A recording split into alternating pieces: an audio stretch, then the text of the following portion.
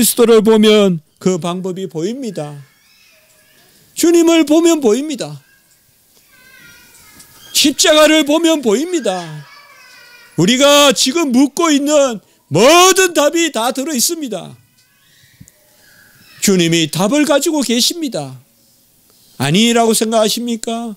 나는 아주 경제적인 질문을, 나는 아주 철학적인 질문을 던지는데 성경에 있을까? 하나님이 대답해 주실까?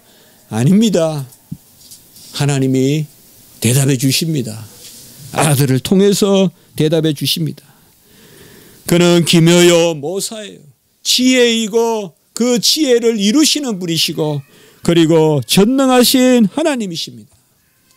아들로 말미암아 천지를 지으셨고 아들이 우리의 구원의 근원이 되신다. 그리고 구원의 왕이 되시다라고 그렇게 말씀해 주시는 것입니다. 그가 우리의 구원의 근원이 되신다고 히브리서 5장 9절에 그렇게 말씀해 주고 계시는 것입니다. 그가 영존하신 아버지다라고 또한 말씀합니다. 아들을 어떻게 아버지라고 부릅니까? 그것은 아버지와 아들이 하나이기 때문에 그렇습니다. 아들이 하시는 일이 영존하시는, 영원히 존재하시는 아버지의 일입니다. 그리고 그는 평강의 왕이다라고 이렇게 말씀해 주고 계시는 것입니다. 주님은 이 땅에 평화를 주러 오셨습니다. 이 성탄의 때에 우리는 평강을 다시금 노래하고 기도해야 됩니다. 서로 담을 허물어야 됩니다. 내 고집을 끊고 무기를 버리고 서로 교통해야 됩니다. 화목하셔야 됩니다. 주님은 평강의 왕으로 이 땅에 오셨습니다. 우리가 먼저 용서합시다. 우리가 먼저 주의 이름으로 다가갑시다. 어떤 조건을 내세워서 명분을 삼아서 멀리하지 맙시다. 하나님은 세상을 사랑하시되 세상이 좋아서 사랑하신 것이 아니니까요. 세상이 사랑할 만해서 사랑하신 것이 아니니까요. 성탄의 뜻이 무엇이겠습니까? 아기 예수 그리스도를 다시금 우리가 새기는 이유가 무엇이겠습니까? 그는 이 땅에 왕으로 오셨으되 평강의 왕으로 오셨습니다. 분쟁을 하려고 오시지 않았습니다. 상처를 싸매 주시려고 오셨습니다. 하나가 되게 하시려고 이 땅에 오신 것입니다. 그 왕을 거룩한 산 시온에 세운 것입니다. 이 주님의 왕국은 사랑의 아들의 왕국입니다. 골로새서 1장 13절 사랑의 아들의 나라다라고 이렇게 말씀하고 있습니다. 주님의 나라는 사랑의 나라입니다. 어떤 이유로든 판단하고 어떤 이유로든 끝까지 미워하고 배척하고 땀을 쌓고 만나지 않고 그것은 맞지 않습니다. 주님의 왕국은 사랑의 아들의 왕국입니다. 주님이 바로 우리를 기업으로 삼으시고 주님의 왕국은 땅이 아니요 건물이 아니요 우리가 그 기업인 것입니다. 믿는 백성들이 땅끝까지 이르는 것, 그것이 바로 오늘 8절에 내가 이방 나라를 유업으로 주리니 내 소유가 땅끝까지 이르리라 라고 이렇게 말씀하신 것입니다. 저는 세상 돌아가는 것은 잘 모릅니다. 질서도 모릅니다. 투자하고 이런 건 모릅니다. 경제 행위를 많이 해보지도 않았습니다. 그러나 이 말씀을 믿습니다. 여러분, 오늘 8절의 말씀, 내 소유가 땅끝까지 이르고 이방 나라를 소유로 주시겠다고 했습니다. 결코 하나님은 이방 나라의 소유가 되게 하지 않습니다. 이방 나라를 우리가 소유하게 하십니다. 땅끝까지 우리의 소유가 이르게 하시는 것입니다. 아기 예수 그리스도를 왕으로 모신 자들만이 그 평강의 왕이요 그 전능하신 하나님이요 영존하신 아버지요 그 모사요 기묘요 우리는 주님을 바라봐야 됩니다. 이 땅에 오신 아기 예수 그리스도가 만국의 왕이십니다. 그에게 속한 자는 만국을 다스리고 만국을 유업으로 받게 되는 것입니다. 우리는 주님을 쫓아가야 됩니다. 평강을 쫓아가야 됩니다. 최고의 계획은 주님에게 있습니다. 최고의 경륜도 주님에게 있습니다. 주님을 바라보십시오. 땅 끝까지 이르려거든 주님을 바라보십시오. 내 눈앞에 보이는 것만 취하는 것은 혹 우리의 계획으로 가능할지 모릅니다. 저는 여러분에게 축복하는 마음으로 말씀을 전합니다. 저 지평선보다 너머까지 가십시오. 콜럼버스는 수평선 너머를 바라봤기 때문에 배를 몰고 신대륙을 발견했습니다. 우리 믿는 백성들은 눈에 보이는 지평선까지만이 기업이 아닌 것입니다. 지평선, 수평선을 넘어서 그 너머로 땅끝까지 유업을 얻어야 돼요. 그 유업은 오직 아기 예수 그리스도에게 있어요. 그의 지혜 가운데 거해야 돼요. 그의 경륜 가운데 거해야 돼요. 그의 평강이 없으면 아무도 일을 못해요. 그래서 이사야 40장 1절에 위로하라 내 백성을 위로하라. 바로 마태복음 1장 1절이 이사야 40장 1절이라고 보면 돼요. 이사야는 1장에서 39장까지는 구약에 해당하고 40장부터 66장까지는 신약에 해당한다고 보면 됩니다. 그렇게 보면 이사야 40장 1절이 바로 위로하라 내 백성을 위로하라 라고 이렇게 말씀하신 것입니다. 여러분 우리가 먼 길을 가려면 채찍이보다는 위로가 있어야 됩니다. 눈에 보이는 길은 채찍으로 갈 수 있습니다만 먼 길은 위로가 있어야 됩니다. 막막한 길, 보이지 않는 길, 잡히지 않는 길은 위로가 있어야 됩니다. 너희는 위로하라 내 백성을 위로하라. 이사야 40장 1절.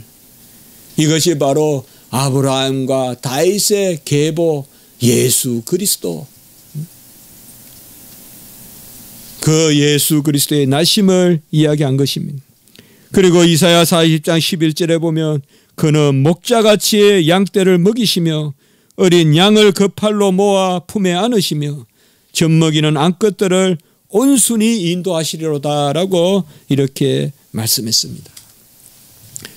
주님의 위로와 주님의 지혜와 주님이 목자같이 양떼를 먹이는 그 은혜 가운데 거하시기를 바라는 것입니다. 우리의 조건이 아닙니다. 세상의 조건이 아닙니다. 세상을 두고 너무 슬퍼하지 마십시오. 너무 한탄하지 마십시오. 저런 사람이, 저런 세상이, 저런 단체가 그게 세상이고 사람입니다. 그걸 외로 생각하지 마세요. 그게 세상입니다. 성경은 세상을 낙관적으로 보지 않습니다. 주님을 낙관적으로 보지. 세상을 낙관적으로 보는 것은 유물론자들이 하는 것입니다. 우리는 주님을 낙관적으로 보는 것입니다. 세상은 후패합니다. 세상은 무질서합니다. 세상에는 분쟁이 그치지 않습니다. 세상에는 슬픈 일이 너무나 많이 일어나는 것입니다. 미국이 평화롭다고 누가 말합니까? 하루에 시카고에서 총기 사건이 11번 일어나는 나라가 미국입니다. 아무것도 모르고 차를 타고 가다가 8살짜리가 총을 맞아 죽는 나라가 미국입니다. 미국은 평화롭다고요? 그렇게 생각하지 마세요. 세상에는 평화가 없습니다. 평화는 예수 그리스도의 품에 안겨야 됩니다. 젖먹이는 암컷들을 온순히 인도하시는 분, 우리에게 젖을 먹여주시는 근원이 되시는 분, 그분이 바로 아기 예수 그리스도십니다. 오늘 8절에 보면 그분이 유업을 우리에게 땅끝까지 주시고 9절에 보면 철장으로 깨뜨리며 철막대입니다. 철장이라는 것은 장 있잖아요. 우리가 곤장, 그 철장이에요. 우리 주님이 철장으로 그들을 깨뜨리고 질그릇같이 부순다라고 이렇게 말씀하고 있습니다. 우리는 아기 예수 그리스도의 오심으로 그 예수 그리스도를 바라보며 모든 것을 맡기고, 오늘 11절에 보시면 여호와를 경외함으로 섬기고 떨며 즐거워할지어다. 우리 같이 한번 읽어보겠습니다. 11절 시작. 여호와를 경외함으로 섬기고 떨며 즐거워할지어다.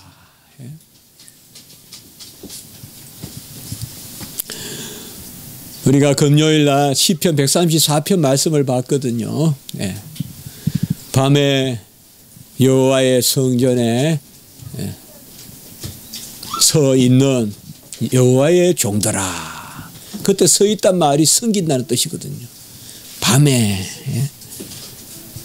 여호와의 종들아, 여호와를 송축하라. 그러면 여호와가 너희들에게 복을 주실 것이다. 여러분, 이번 금요 설교 꼭 들어보십시오. 그 여호와를 송축하라, 그 말이 축복하란 말이에요. 그 시편 134편 1절에 나오는 말씀이에요. 그리고 3절의 말씀에 보면 여호와께서 복을 주시리라 라고 이렇게 말해요. 그것도 또한 축복이란 말이에요. 축복이란 말이 똑같이 두 번 나옵니다. 우리가 어찌 여호와를 송축합니까? 우리가 어찌 여호와를 축복합니까? 우리 공예배 기도는 중요해요. 아까 최상민 목사님 송축이라고 기도했잖아요. 여호와를 어떻게 우리가 송축합니까? 송축이라는 것은, 축복이라는 것은 두 가지예요. 다가가고 그의 뜻을 이루게끔 기원하는 거예요. 우리가 여호와를 송축하라라고 하는 것은 우리가 여호와께 다가가서 여호와의 뜻을 이루소서라고 기원하는 게 여호와께 송축하는 거예요. 어찌 여호와께 다가갑니까? 우리 자질을 끌어올려서가 아닙니다. 우리에게 주신 은혜대로 다가가는 겁니다. 하나님은 주시지 않는 것을 찾지 않기 때문이에요. 회개하고 말씀 보고 기도하면서 여호와께 다가가서 여호와의 뜻을 이루소서, 주님의 뜻을 이루소서, 이게 송축입니다. 우리 성도들도 여호와를 축복할 수 있습니다. 그런데 그걸 우리는 축복이라 하지 않고 송축이라고 하는 것입니다. 바로 여호와께 다가가서 여호와의 뜻을 이루소서. 그러면 그 134편 3절에 보면 여호와께서 너희에게 복을 주시리라. 같은 단어예요.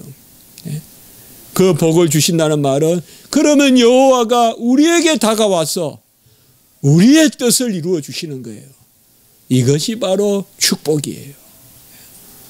꼭 이번 주 금요 설교를 보시기 바랍니다. 여기 말씀이 그 말씀이에요. 여호와를 경외함으로 섬기고 떨며 즐거워할지어다. 여러분, 한 가지 조건이 있어야 돼요. 아기 예수 그리스도의 이름으로 여호와를 섬기고 떨고 즐거워하고 경외할 수 있어요. 아기 예수 그리스도가 없으면 여호와를 경외할 수 없어요. 예배드리는 것이 복된 것입니다. 아무도 이 자리에 올 수가 없어요. 그래서 오늘 12절에 같이 한번 읽습니다. 12절 같이 제가 하는 게 따라하시면 됩니다. 그의 아들에게 입맞추라. 이렇게 말씀한 것이에요. 입맞추란 게 뭐예요? 가장 친근하게 있으라 이 말이에요. 면전에 있으란 말이에요. 저는 이 한 해가 저물고 또 새해가 시작되는 이 시점에서 여러분에게 이 성탄과 더불어 이 말씀을 전하고 싶습니다. 그의 아들에게 입맞추라 이 말이에요. 다른 데 짝하지 말란 말이에요. 그의 아들에게 입맞추고 그의 아들의 이름으로 구하고 아들의 이름으로 항상 예수 그리스도를 면전에 두고 그의 아들에게 입맞추라 이 말이에요. 송축하라 이 말이에요. 바짝 여호와께 따라 붙어가서 주의 뜻을 이루소서 할 때 주님이 우리에게 바짝 붙으셔서 너의 뜻을 이루어 주겠다라고 하시는 것입니다. 여러분, 영적으로 이 말씀을 전하고 싶습니다. 영적으로요. 어찌 우리가 입을 맞추겠습니까? 영적으로. 야복강에서 바로 주님의 얼굴을 보았듯이 브니엘 주의 얼굴을 야곱이 보고 12지파에 이제 그러한 머리가 되었듯이 우리도 그의 아들에게 입맞추라. 주님이 다 답을 가지고 계세요. 그 말구유에 응애 울고 계시는 아기가 답이에요. 그게 이 세상의 답이에요. 어디에도 답은 없어요. 저 IS, 저 시리아 난민, 저 북한, 중국 모든 문제의 답은 예수 그리스도예요. 우리는 다 그에게 피해야 돼요. 그가 살 길이에요. 같이 합니다. 여호와께 피하는 모든 사람은 다 복이 있도다. 어떻게 피합니까? 어떻게 적은 쫓아오는데 바위밖에 없는데 어떻게 피합니까? 아기 예수 그리스도가 만세반석이 열리는 그의 육체가 만세반석이 열리는 것이에요. 막 적들이 쫓아오는데 도망가는데 바위밖에 없는데 바위가 싹 열려서 우리가 싹 들어가면 탁 닫아서 우리를 보호해 주시는 것입니다. 아기 예수 그리스도가 여호와께 피하는 유일한 길입니다. 만세반석 열리니 내가 들어갑니다. 아기 예수 그리스도가 십자가에서 몸을 찢은 그곳이 만세반석이 열리는 것입니다. 주님께 입맞추시기 바랍니다. 주님과 대면하시기 바랍니다. 주님이 주시는 위로가 함께 있길 바랍니다. 주님이 여러분께 지혜 주시고 경륜 주시고 주님이 여러분의 능력이 되시고 주님이 여러분의 영존하신 아버지가 되시고 주님이 여러분의 위로가 되시고 평강이 되시길 바랍니다. 아기 예수 그리스도를 바라보시고 그 한 분으로 즐거워하고 기뻐하는 우리 성도님들 우리 교회 되었으면 좋겠습니다. 기도드리겠습니다. 거룩하고 자비로우신 하나님 아버지, 세상을 이처럼 사랑하사 독생자를 주시고 우리가 그와 더불어 먹고 마시고 그에게 피하고 그에게 입맞추게 하시니 감사합니다. 주여, 우리가 어디에 입을 맞추고 있습니까? 주여, 우리가 어디로 피하고자 합니까? 우리의 피할 반석이요 나의 산성이세요 요새요.